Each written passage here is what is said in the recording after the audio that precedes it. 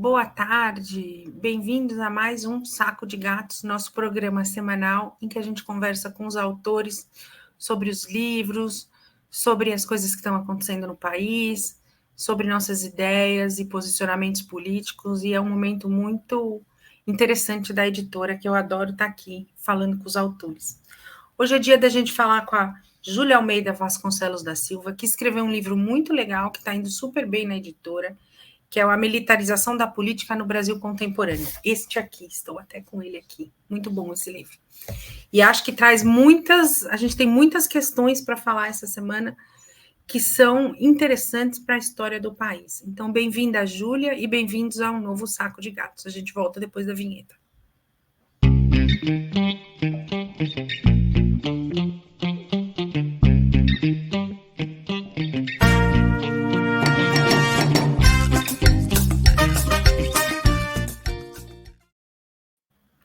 Oi, Júlia, boa tarde, tudo bom?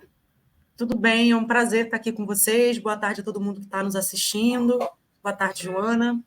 Ah, que bom. Júlia, eu adoro esse livro, achei que foi um dos acertos da editora dos últimos tempos. Assim. O livro está indo legal, está indo bem, a gente está super feliz. Júlia, eu queria primeiro te perguntar, dar os parabéns pelo livro e te perguntar como começou esse projeto. Esse projeto, né, ele é produto, né, da minha dissertação de mestrado, com alguns ajustes, né, depois, e também atualizações. E ele vem exatamente, né, inclusive eu tenho uma mudança de objeto durante a minha dissertação, que é o ano de 2018, né, e o ano de 2018, com a eleição do Bolsonaro, com a execução da Marielle Franco, né, a quem eu tinha uma certa proximidade, no Rio de Janeiro, né, durante a intervenção federal na segurança pública do Rio de Janeiro, uma intervenção federal conduzida por um militar, né, que era o Braga Neto. Inclusive, agora a gente está vendo todos os desdobramentos profundos, né, com as forças de segurança que esse crime bárbaro tem, né? Então, essa sensação de que estávamos presenciando, né, uma inflexão na conjuntura determinante assim para entender o país me fez sentir a necessidade de voltar ao passado, né, e entender o que era um fenômeno absolutamente novo e o que era algo que vem da nossa construção histórica e qual era a profundidade disso, né? Então, um pouco essas foram as razões que me levaram a construir esse livro, né? E eu continuo no doutorado agora na USP, né, aprofundando essa pesquisa, porque eu acho que realmente é um tema, ainda mais o campo progressista, que precisa ter uma reflexão mais aprofundada para a gente conseguir superar esses desafios. Porque a gente estava lá em 2018 e parecia, de fato, muito insuperável. E um pouco para a gente do campo progressista, a gente olhou aquilo como... Gente, da onde veio tudo isso, né? Como isso nasceu e como... Eu lembro que na época a gente falava muito do ovo da serpente do fascismo, mas aí ele já chocou e já deu cria e já deve estar na terceira geração, assim, do ovo do fascismo. Então, eu queria que você falasse um pouco sobre a pesquisa e sobre essa, que acho que tem muito a ver com o seu trabalho, sobre essa germinação desse pensamento da extrema-direita ligado aos militares no país, né? Eu acho que é curioso, assim, né? Teve um certo negacionismo, eu diria até que mesmo o tema dos militares vindo nos últimos anos com um pouco mais de fôlego, eu acho que se não fosse o 8 de janeiro, boa parte desse campo progressista da sociedade ia continuar tentando deixar um pouco por debaixo do tapete. Não vamos enfrentar essa agenda agora, porque essa agenda é uma agenda muito difícil. Né? Ela é uma agenda que está dentro da estrutura mesmo do que há de mais perigoso, digamos assim, da institucionalidade brasileira, que vem de uma construção social que a gente vai falar um pouquinho aqui. Né? Mas eu acho que esse elemento, né, ele precisa ser colocado. Porque, por exemplo, eu fiquei 2 meses na Argentina fazendo pesquisa de campo na eleição do Milei, no ano passado. E a primeira coisa, né, a primeira pergunta que vinha na minha cabeça era, tá, mas e os militares? Né? Onde é que estão os militares aqui? Os militares são determinantes? É ou não é uma extrema-direita que está se rearticulando a partir desse campo? Né? E a minha resposta é, os militares eles vão participar desse processo, né, na campanha do Milei. A Vidia Ruel, que é a vice dele, ela é de uma família de militares, ela tem, né, ela fez manifestações relacionadas a militares, mas ela não tem, mas a campanha em torno dele não era uma campanha militarizada, né? O protagonismo não era de militares. Isso tem a ver com a política de transição, né, da Argentina, da ditadura para a democracia, e, sobretudo, a capacidade, né, de reversão das leis da anistia que tiveram lá, e de um processo de responsabilização, né, onde teve uma certa separação mesmo da vida, né, civil e militar, né, e teve um pouco uma recolocação dos militares para fora da política. E a gente está vendo agora, na verdade, o Milei fazer um movimento de tentar retomar um pouco os militares para a política, né? Tem, por exemplo, ações importantes no governo, né, relacionados a militares, e a possibilidade de, novamente, eles intervirem na ordem interna para combater o tráfico de drogas, né, com o objetivo de combater o tráfico de drogas. Mas antes, eles, desde, né, da redemocratização, eles não podiam ter nenhuma intervenção na ordem interna, diferente do nosso caso. E aí, por isso que eu acho que esse elemento ele é importante, né? O fato da gente ter tido uma transição democrática conduzida pelo governo militar ainda, né, no poder, né, de certa forma, e uma lei da anistia que, inclusive, no primeiro momento, favorece mais o terrorismo de Estado, né, no sentido geral, do que absolve a militância armada, né? Então, a gente não vai ter anistia para a militância armada com a lei da anistia inicialmente, isso vai ser uma legislação posterior, né, para você também avançar para a militância da luta armada, né? Então, você tem uma lei da anistia que vamos esquecer esse passado, vamos pensar no futuro, né? Esse discurso a gente já ouviu, inclusive, recentemente aí, né? Vamos esquecer do passado e pensar no futuro. E, sobretudo, os militares fizeram lobby e ameaçaram a Constituinte para garantir parte do seu poder militar. Eu estava vendo outro dia um documentário da Constituinte de 88, e é curioso, eu achei muito curioso, porque o Lula está no documentário. Eu esqueci de quem é que fez, eu acho que é de 2012 esse documentário. E ele está no documentário sendo entrevistado, né? E tem uma hora que ele fala assim: o PT votou contra, né? E o PT vota contra a Constituição, mas assina a Constituição. E ele diz: o PT votou contra porque os militares mantiveram o poder deles. Né? Claro. E é muito curioso né, tantos anos depois, esse debate de novo nesse governo Lula e os limites que tem exatamente de fazer alguns ajustes. Né? Então, os militares eles mantiveram a sua garantia da lei da ordem interna, né, que é um poder de polícia interno. Né? A rigor, você deveria tirar o poder de polícia das Forças Armadas, as Forças Armadas ficar para a defesa externa. Então, eles mantiveram essa construção, mantiveram uma justiça militar ainda com uma competência civil problemática, né, que foi sendo aprofundada no último período. Em 2017, no governo Temer, você tem uma lei que altera exatamente a competência da Justiça Militar para casos de crimes dolosos contra a vida em operações de garantia da lei e da ordem. E vamos lembrar que a Intervenção Federal Militar do Rio de Janeiro, por exemplo, em 2018, estava sobre uma GLO também. Tinha o decreto de uma GLO por um ano. Então, os crimes cometidos, os abusos cometidos ali seriam julgados pela Justiça Militar, o que é o corporativismo voltando, né, à tona para proteger essas instituições. Então, você vai ter uma série, a Polícia Militar se manter militarizada, né, que foi também a garantia de controle sobre as polícias que as Forças Armadas precisavam manter. Os sistemas de inteligência, o SNI nem é inicialmente desregulamentado, né, e a ABIN só vai ser criada lá em 99, 2000, e mesmo assim, herdando todo esse aparato, né, da inteligência, a gente está vendo agora esse escândalo.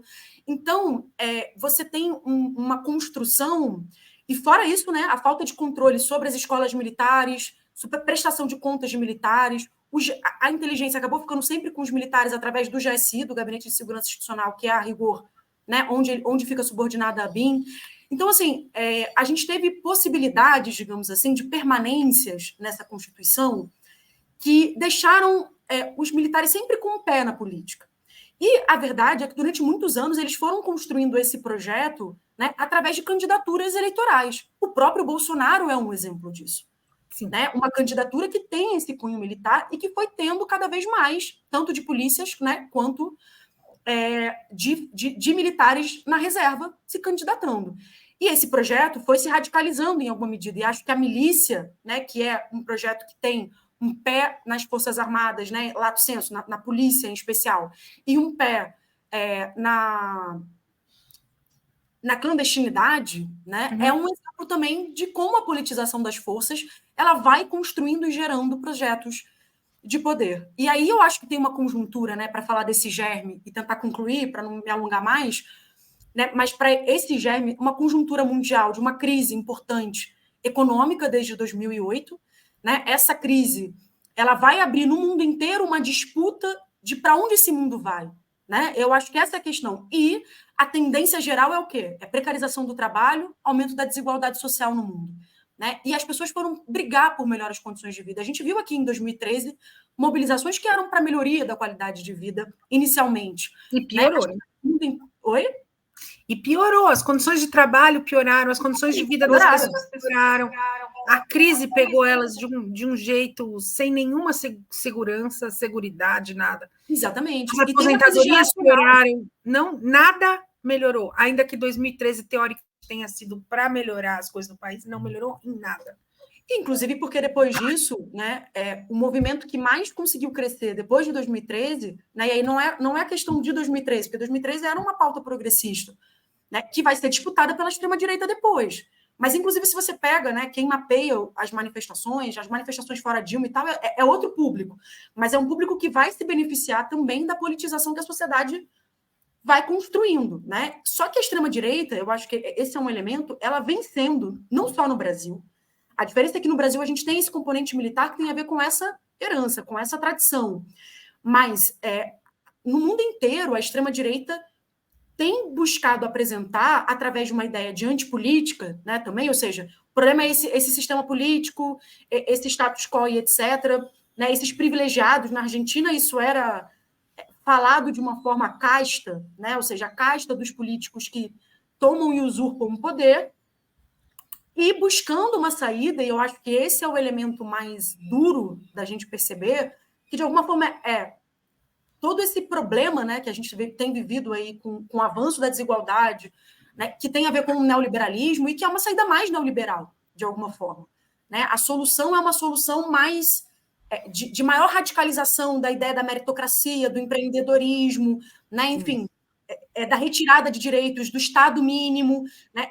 Essa é a saída, mas num ponto de radicalidade que é necessário tensionar com esse Estado do jeito como ele é organizado. E a extrema-direita tem, eu acho que, tensionado mais com o Estado e o status quo do que a esquerda hoje. Né? A esquerda fica numa posição de defesa da democracia necessária, importante, para garantir as condições, né, de luta por perspectivas melhores, mas isso também nos coloca, né, digamos assim, o campo progressista, numa necessidade de defender, em alguma medida, também esse status quo, né, que é desigual, que é violento também, né, e que não está dando uma saída para a vida das pessoas.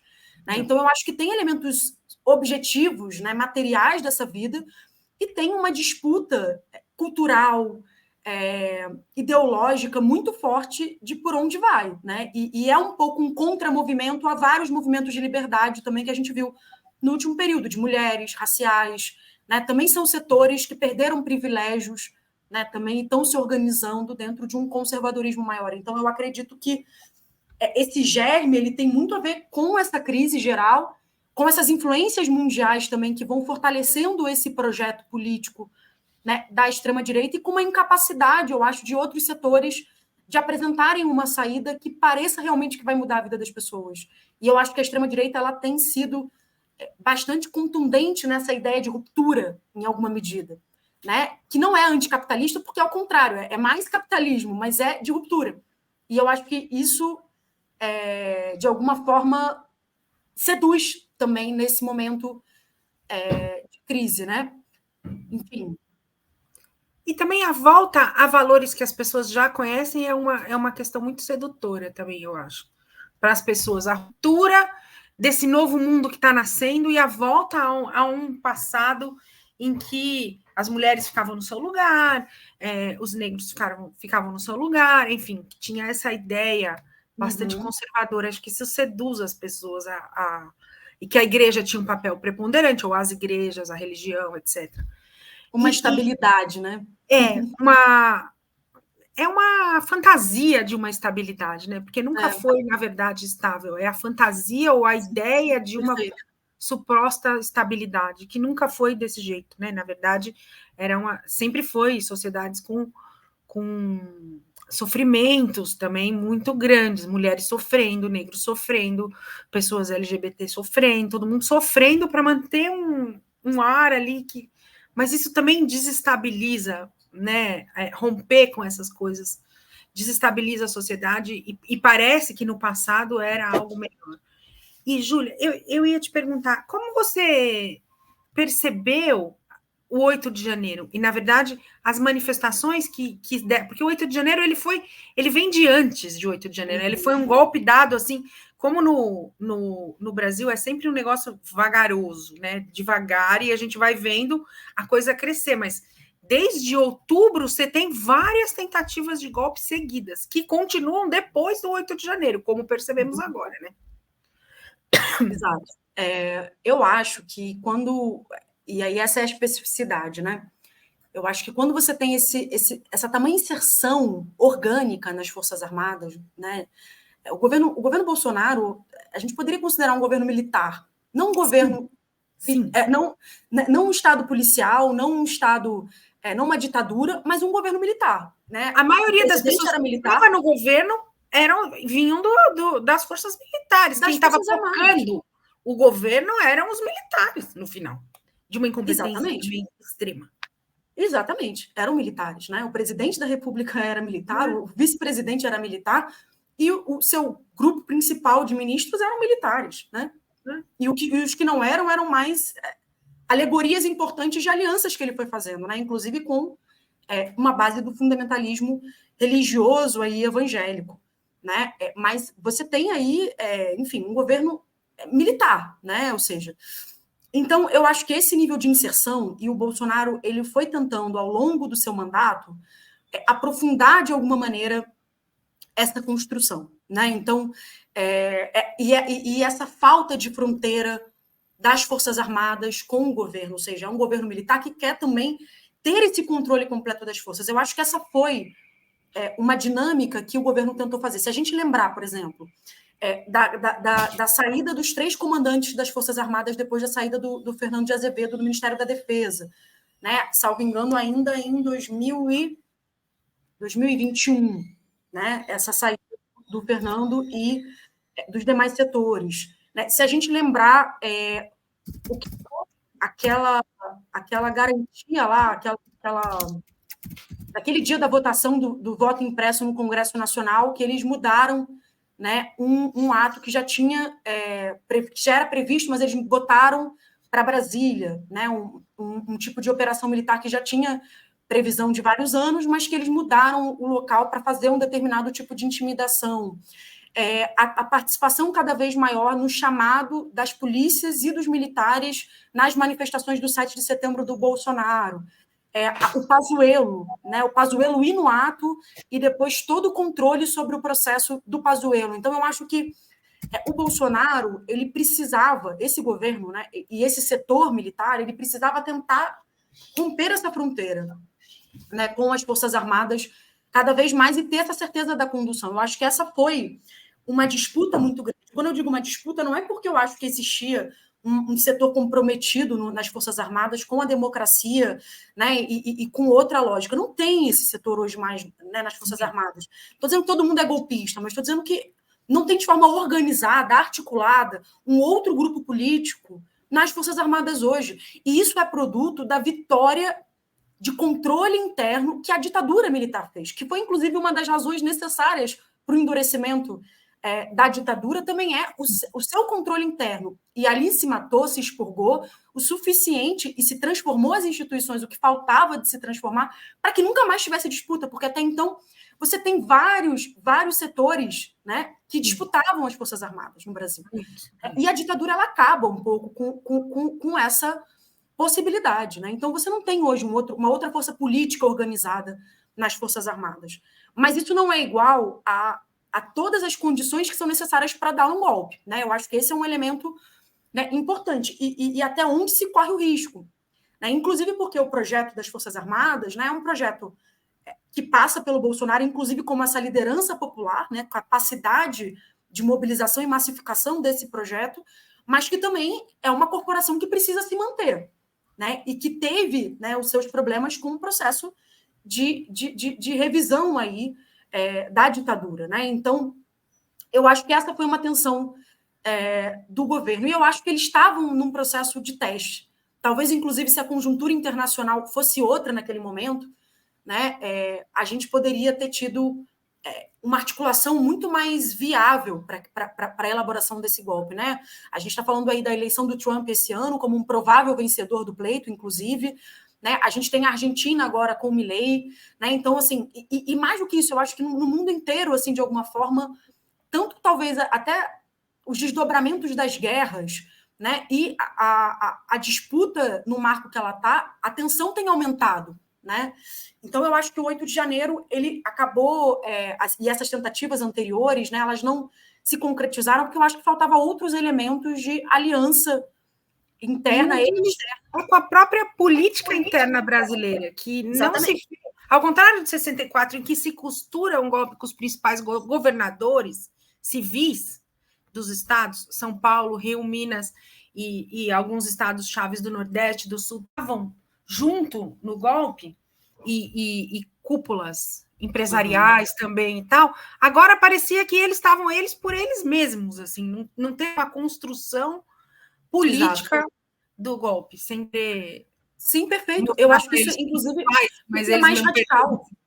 Não, mas está certíssima. Eu acho que é exatamente isso. E, inclusive, é mais radical nesse sentido, né? Porque eu acho que o Bolsonaro ele soube governar com o Centrão, mas acho que o Centrão também sabia que ele ia conseguir ir para um acordo com Lula, entende? Eu acho que essa é a diferença fundamental, né? Você não tem esse medo de não participação mais no governo, de alguma forma, né? E no que é o Estado brasileiro, e no que é a divisão do Estado brasileiro. Então, eu acho que... E dois, né? O governo Lula, paralelamente, né, embora seja um governo muito importante do ponto de vista da reconstrução nacional, democrática, né, do que a gente está falando, né, o Goulart era um governo que estava avançando na fronteira, de alguma forma, na fronteira da agenda política da esquerda, né, naquele momento. Ou seja, era um governo mais radical também, com propostas mais radicais, com menos capacidade de mediação política nesse sentido, né, de fazer acordos, de conciliação, seria a melhor palavra. Então, eu acho que essa também é uma diferença bastante importante, né, aí. Eu acho que o governo militar ele vai fechar depois para esses civis, inclusive, né, que apoiaram eles.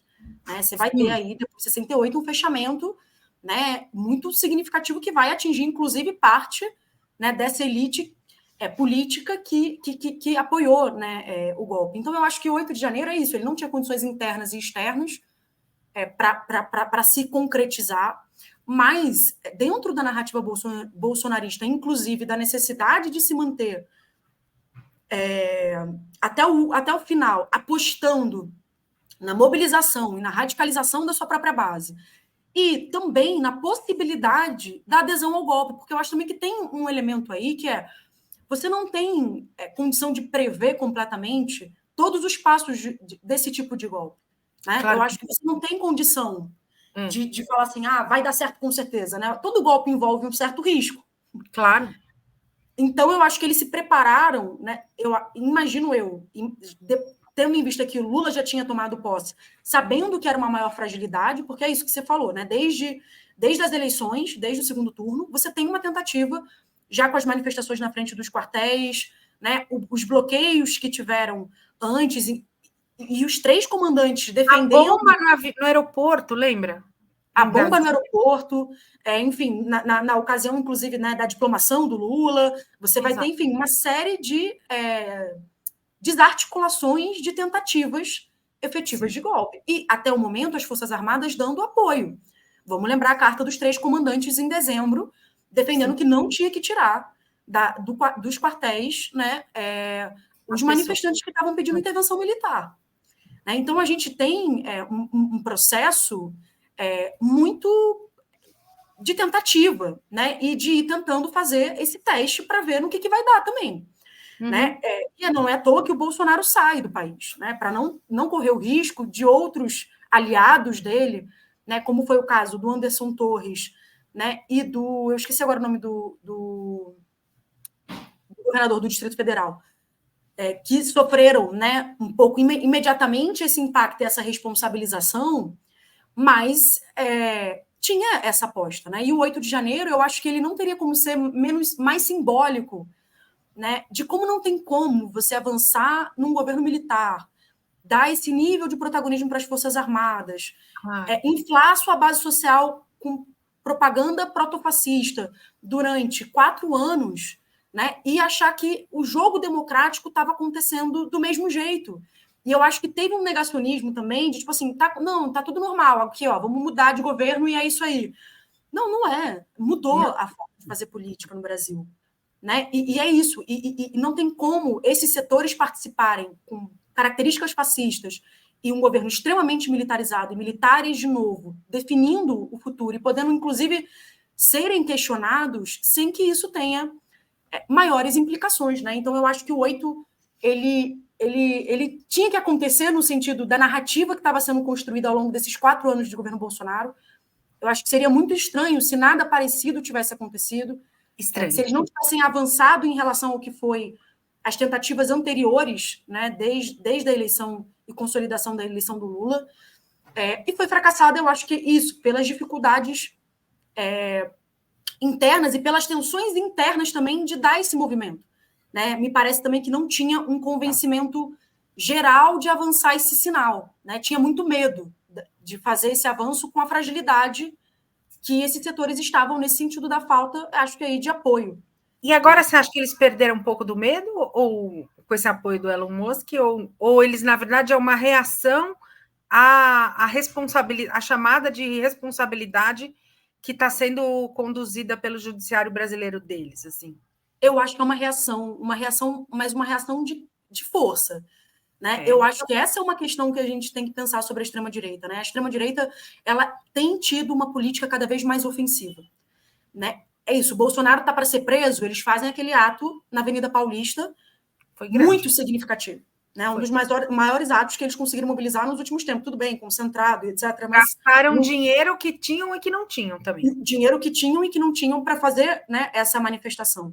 E eles têm tido uma capacidade de manter a narrativa paralela deles, na base social mobilizada deles, muito significativa ainda.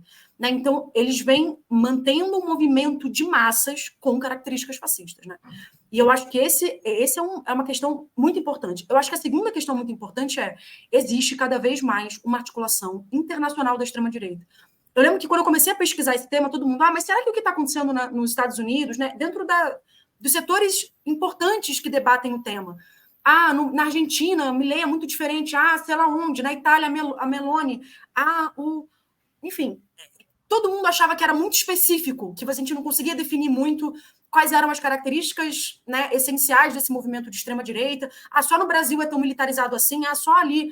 Tudo bem, mas assim, eu acho que hoje não há mais dúvida de como existe uma articulação internacional, tanto do ponto de vista da máquina de comunicação, quanto do ponto de vista de alianças políticas para a autoproteção.